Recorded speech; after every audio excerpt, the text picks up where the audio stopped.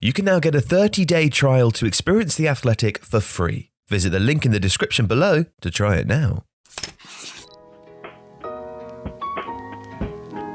Hello and welcome to Tifo IRL. I'm Alex. I'm an analyst for Tifo and today I'm looking at Belgium.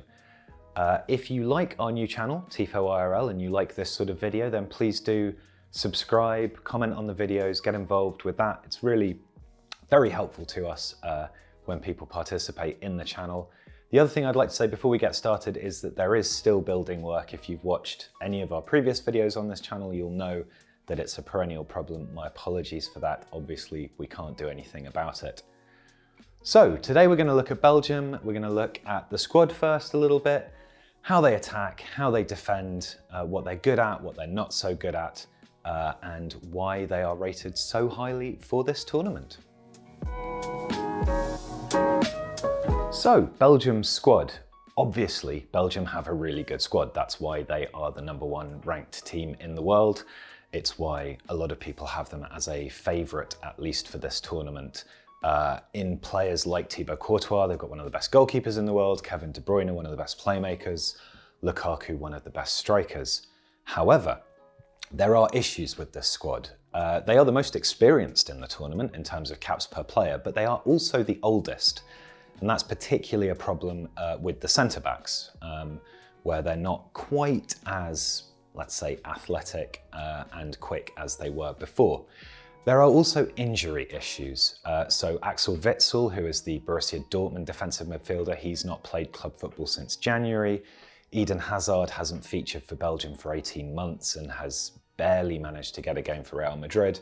And Kevin De Bruyne is carrying a face knock from the Champions League final when Rudiger cleared him out, and he may miss the first couple of games.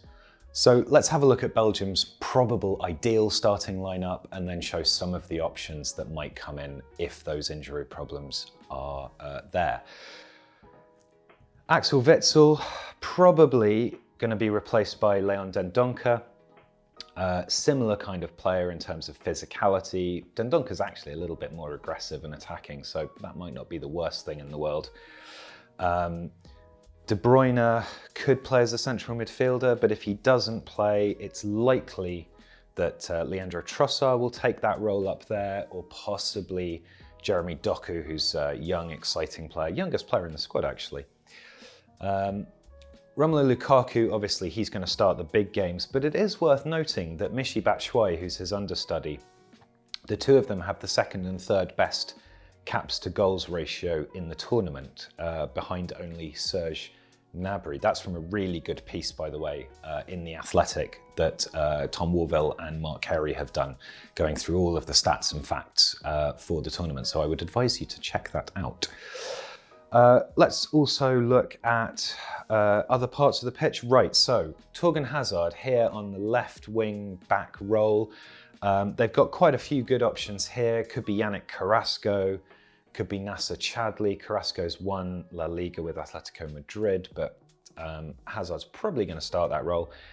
Here, very much a pick'em from Thomas Meunier and Timothy Castagne. Castagne's had a fantastic season at Leicester City and is a really aggressive attacking wing back, but Meunier is also top class. Tielemans probably going to start. A very, very complete midfielder, one of the best 8s in world football. And here at the back, I think it's likely that Roberto Martinez will pick this back three unless he really has to. The options, Diedrich Boyata, where's Diedrich Boyata? Can't bring Boyata on, and Thomas Vermaelen, who is playing in Japan. They're the sort of stand-ins for any one of these three guys. But I think it's very likely that Martinez will not disrupt that if he can help it, because, as I say, Belgium are not particularly strong in the back lineup. So now let's have a quick look at how Belgium attack, having run through the options of who's likely to play where. Okay, so how do Belgium attack and build up? Well, Roberto Martinez has very consistently used a 3-4-3 that looks kind of like a 3-4-2-1, those wide players tucking inside a little bit. In terms of how they build up at the back, well, what we'll expect to see is the centre-backs splitting nice and wide here, the midfield double pivot dropping in and keeping fairly narrow, and the wing-backs pushing up relatively high. What the wide centre-backs will try to do where possible is carry the ball past the first line of the press ideally, but if not up to the first line of the press. And the reason for this is that Belgium want to try and build little triangles in midfield. So here we have one such triangle.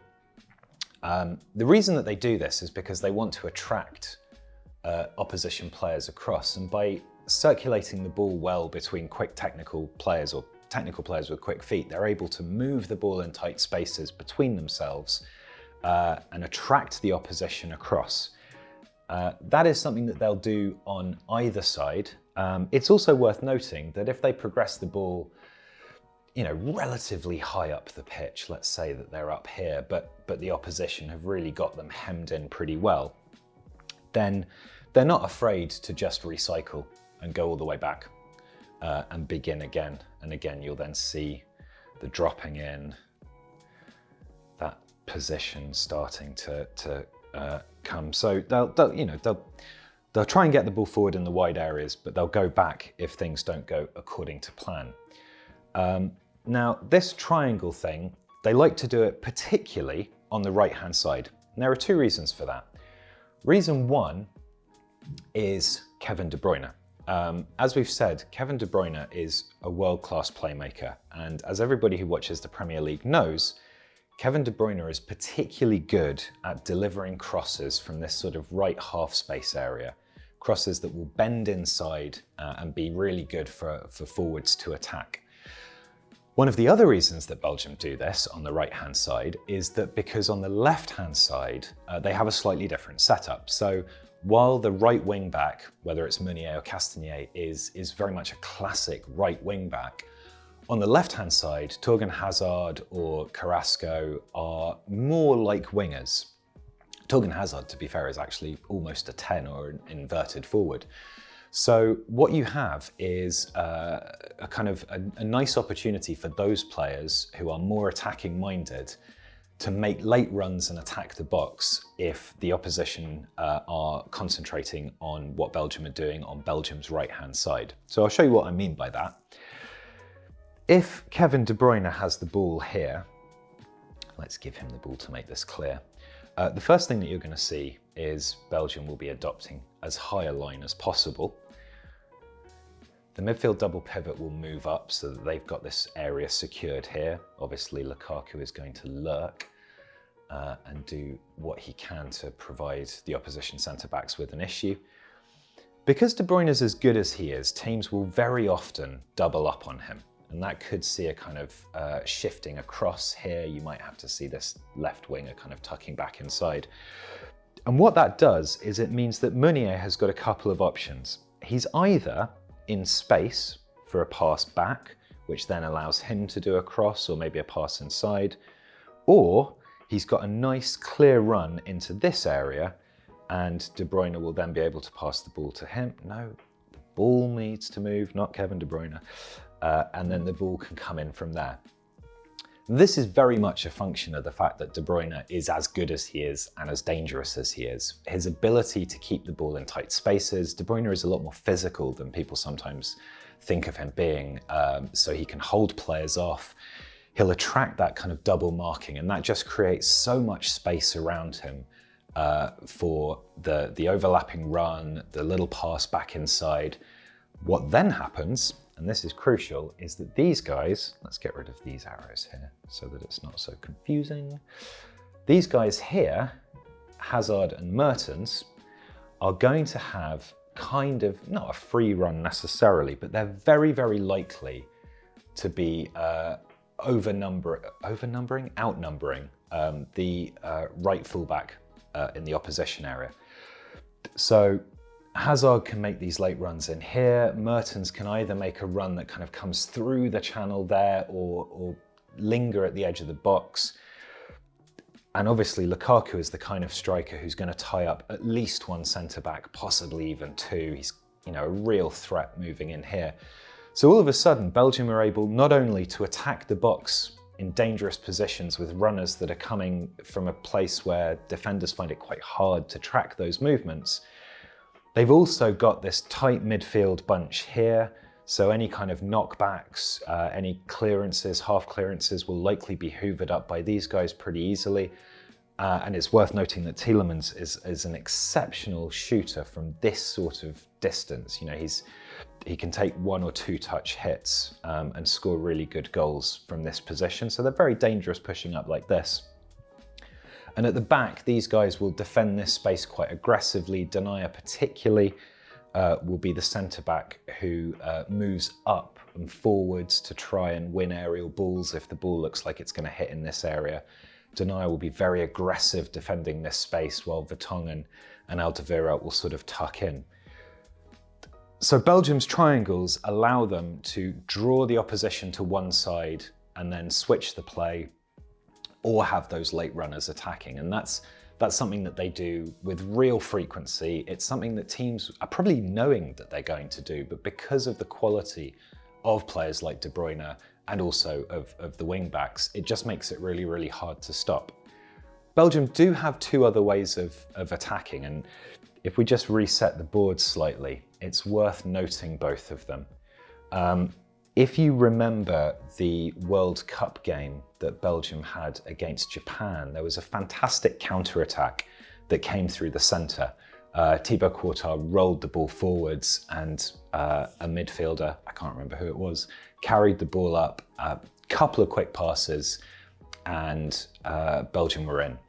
And in Romelu Lukaku, Belgium do have a striker that they can always go long to.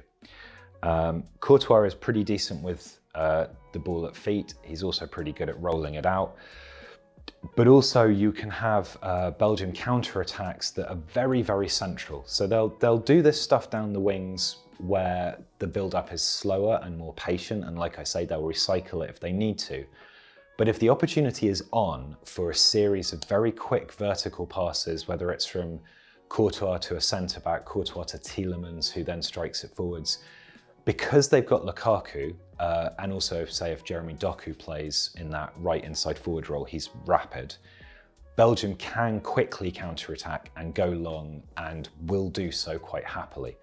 They'll also hit the wide areas quickly. If the wing-back happens to be in lots of space, you'll get a direct pass from the full-back to the wing-back. The wing-back will hit Lukaku, goal.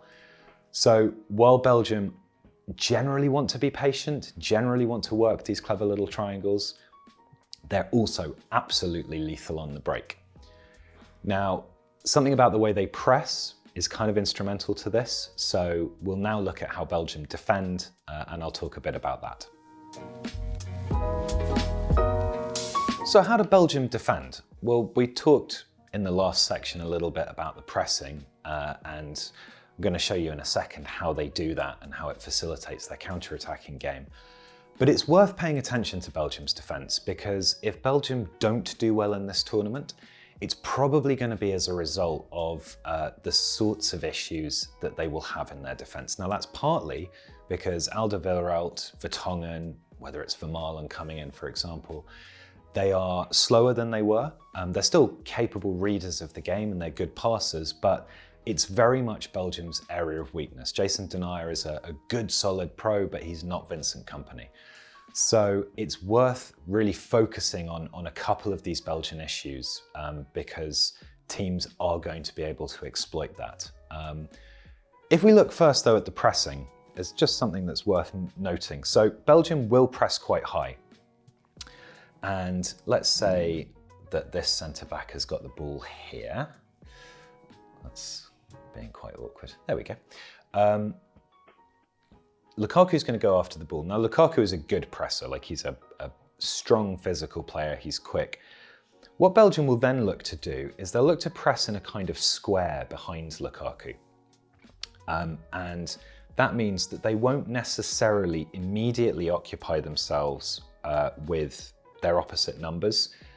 The wing-backs will press really high, really, really high sometimes, and try and kind of shut this line off. But what's important about this square here is that the aim, and if you've got Romelu Lukaku bearing down on you, I can fully understand this happening. The aim is to get the defender to lump the ball long. As he lumps the ball long, Belgium are going to push up here like this, and Denier particularly is going to try and win this ball in the air. As the opposition move out, because they've just cleared it, they are going to leave a little bit of space, and Belgium have 4 players in this very, very dangerous attacking zone. And that's really important, because what it does is, as Denier then, let's say he wins his header here, or Witsel drops back a little bit, Belgium are immediately set up to counter rapidly through the lines. Now this square might happen a little bit deeper, but the point is that Belgium will vigorously press the central area, specifically so they have a lot of players for when they win the ball back, and that allows them to counter-attack very quickly. With the wing-backs in advanced positions as well, there are out balls out wide, and this kind of very proactive defensive approach is something that yields quite a lot of opportunities for Belgium. Obviously with De Bruyne as well, with Tielemans, they've got players in that kind of midfield area who are good at pressing, who are aggressive and physical, and it's the sort of thing where Belgium will, obviously they're not going to try to give the ball away in order to counter press like some teams do, but they're not scared of the ball being given away and then cleared long, because they have a way that's immediately set up to exploit that. And if you've got players like Tielemans, for example, or De Bruyne, who also are capable of literally one defense-splitting pass to set Lukaku free, then that's a very, very effective weapon. However, it is also quite high risk. And there are 2 things that Belgium do which are risky and that opposition teams can exploit. So if we have a look at those, let's clear off some of these lines. As we've talked about before, in this, let's call it a back 5 now. Let's have these people on side a little bit, otherwise people are aggravated by that. Thorgan Hazard or Chadli or Carrasco are not a natural left wing back, whereas on the right hand side, Meunier or Castagnet absolutely are. If Belgium are falling back here in this defensive shape, 2 things quite often happen. Firstly, you'll get a kind of dogleg, because the left-sided wing-back is often so much higher or making one of these runs into the box here. So obviously they're going to be slower to get back. And what I mean by a dogleg is there's a fairly natural back 4 shape here, like this, and then there's a big old gap and a kind of bend to where this player is. Now that's not ideal, because if the opposition are moving up effectively and these guys are having to move back together because the opposition are coming to them, there's going to be a space here behind this wing back, and that's a space that plenty of teams recently have exploited against Belgium. The other reason they can exploit it is because of the way the wing backs press. So if, let's say this player here has got the ball, there's a player here, even if Thorgan Hazard is starting back here, he's going to look to press this space really, really aggressively. Witsel and Tielemans are much, much more inclined to stay narrow and to protect this central area here. And that's partly because they want to protect the central area, it's partly because they also want to form a pivot so that when Belgium get the ball back, it's nice and easy for them to pass out. So the defensive responsibility for this left-hand side really sits with Thorgan Hazard. He's going to come rushing up here like this, and if he gets it wrong, this guy does a little shimmy, oh, Hazard's running off down that way, all of a sudden look at that space. And again, teams recently, and I'm talking about the Czech Republic, talking about Denmark, have exploited this against Belgium several times. That then coupled with the fact that the Belgian centre-backs are not quite as good as maybe they were, it means that crosses from that left-hand side, from Belgium's left-hand side, from the opposition's right-hand side, can be really dangerous, because the centre-backs might be slow to react, they might switch off a little bit, and all of a sudden you've got players hitting the box the opposition player on the right-hand side has got the time and the space to pick his pass, maybe to look for a cut back to an on-rushing midfielder rather than a cross to a centre forward. And Belgium can't recover that shape quickly enough. And that's something that has happened quite a lot. Now, the issue with it for Belgium is that it's a direct result of what they do in terms of their build-up, in terms of their other defensive structure, and in terms of their selections. So if they are to mitigate that, they're going to have to ask their left wing back to do something that basically badly affects everything else they're supposed to do. So this is not going to change as an issue for Belgium. It's something that teams will know about, it's something that teams will look to exploit, and you will see Belgium conceding goals from that side. That's probably as predictive as I'll ever be in one of these videos.